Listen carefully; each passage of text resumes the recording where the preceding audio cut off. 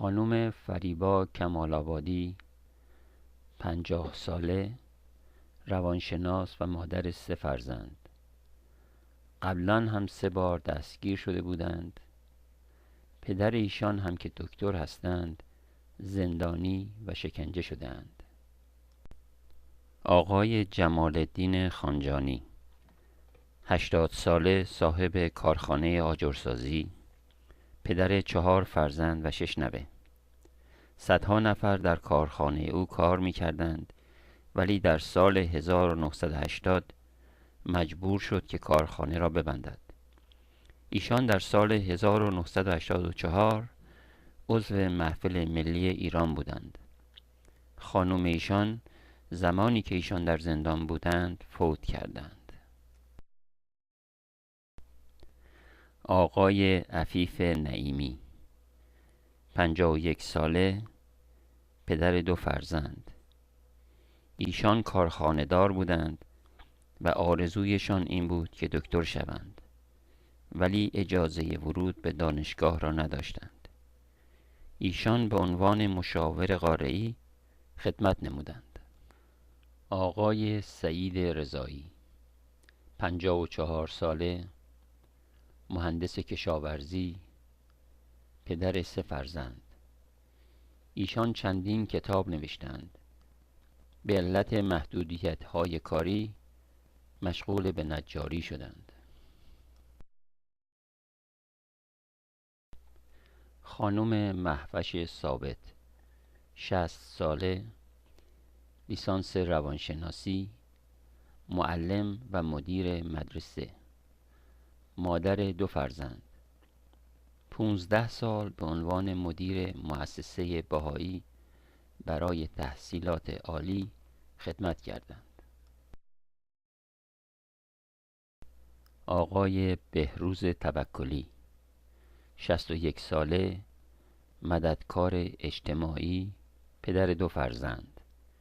ایشان قبلا چندین بار دستگیر شدند و 1 بار 4 ماه در زندان بودند که اکثر مدت انفرادی بود. در سال 1980 مشاور قاره‌ای انتخاب شدند. ایشان به علت از دست دادن شغل خود 1 مغازه کوچک خراطی باز کردند. آقای وحید تیزفهم 40 ساله، عینک‌ساز، پدر 1 فرزند، دارای مدرک جامعه شناسی از مؤسسه بهایی برای تحصیلات عالی. ایشان عضو لجنه ملی جوانان بودند و بعد به عنوان معاون مشاور قاره‌ای خدمت کردند.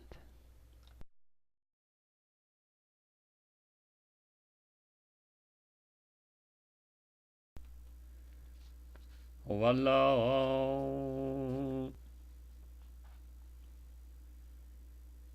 ای یزدان مهربان،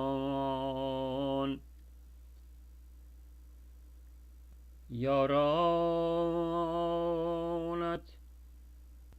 بی سر و سامانند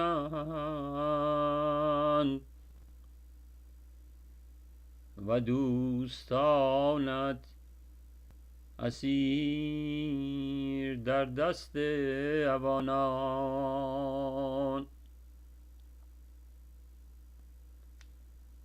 از هر طرف تیر و سنانی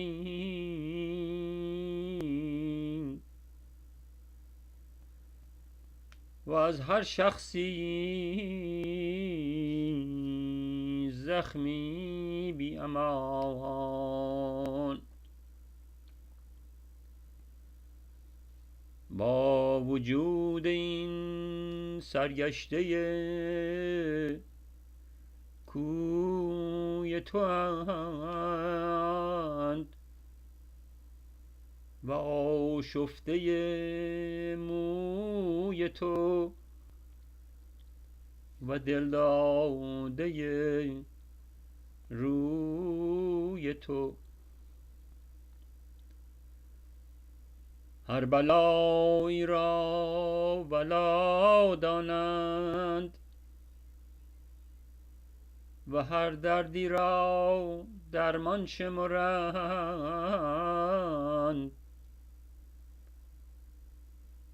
غل و زنجیر را تاج و سریر یابند و زندان را ایوان بی پایان دانند. به کلی جان فشانند ای خداوند هوشمندان را بنواز. به همدم و همراز عبدالبها ساز.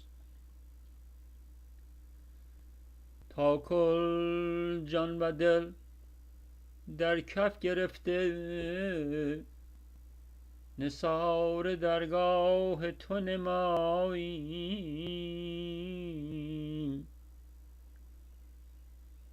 و روی تو جوییم و به کوی تو پی بریم و راز تو گوییم. تویی مقتدر و توانا و واقف و بینا. این